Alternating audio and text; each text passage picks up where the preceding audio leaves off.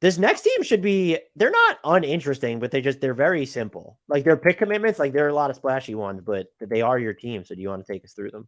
Yeah, I mean, so this is the San Antonio Spurs, ladies and gentlemen. They have cap space. They have a handful of guys we've mentioned 50 times as trade candidates. They are not trying to win basketball games.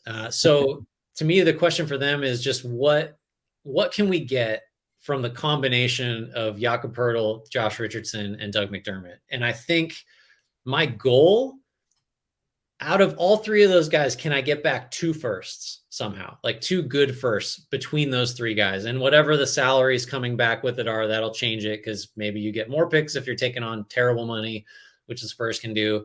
I don't want to get out of this with less than that, with fewer than that. So, we can talk about those guys individually. To me, I think Richardson is probably the most likely to be traded because we've heard talk of, there's interest in the Spurs keeping Pirtle. They've had a like 4 for $58 million extension offer on the table forever that he's not taking because he thinks he can get 20 a year. I would not pay Pirtle 20 a year, but the Spurs have the option of doing that. Then some other teams might, I don't know. He's not meaningfully better than or at all than someone like, Nick Claxton or Brooke Lopez, and, Kevon Looney makes 7 or something. Like there's just, you don't pay 20 million, even in a cap environment that's going up, for someone that's just like a good center. I don't see it. So anyway, Richardson seems to be the hottest commodity. And if I can get 2 firsts for, some combination of those guys, great. But because of their flexibility, because of their cap space, because of all their options, because they don't care if they win, I'm on the phone if I'm the Spurs with just like, it's the Utah plan. Like I want to talk to every team that has a recent draft pick that, either hasn't hit or has disappointed. Scotty Barnes not going to happen, but I'm calling Toronto. Just like, what do we got to do? Anunoby is a little different.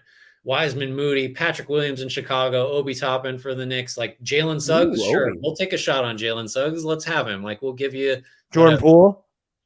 Jordan Poole will poison pill that. We'll swallow that poison pill.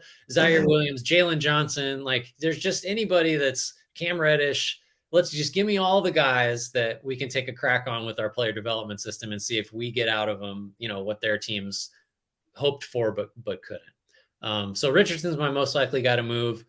I think they should move McDermott, Richardson, and Pirtle.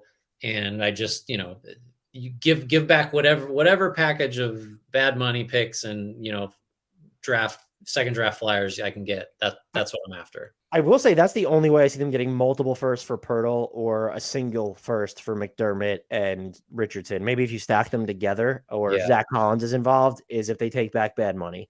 But speaking on sort of taking some flyer swings, my trade idea is the Cavs get Isaac Okoro and Dylan Windler for Josh Richardson. And Isaac Okoro has been playing really well of late. It's that time of the season where he's been hitting his threes. But do you trust him to hit threes in the playoffs? Do you need what he's bringing you defensively in the playoffs? Maybe because you play with 2 small guards. I will say it's not, I don't think this is a non-decision for Cleveland, but you have Richardson, who I think is maybe a more bankable player. If I'm San Antonio, I might even consider like throwing one of the, second round picks that I have in the bank towards this.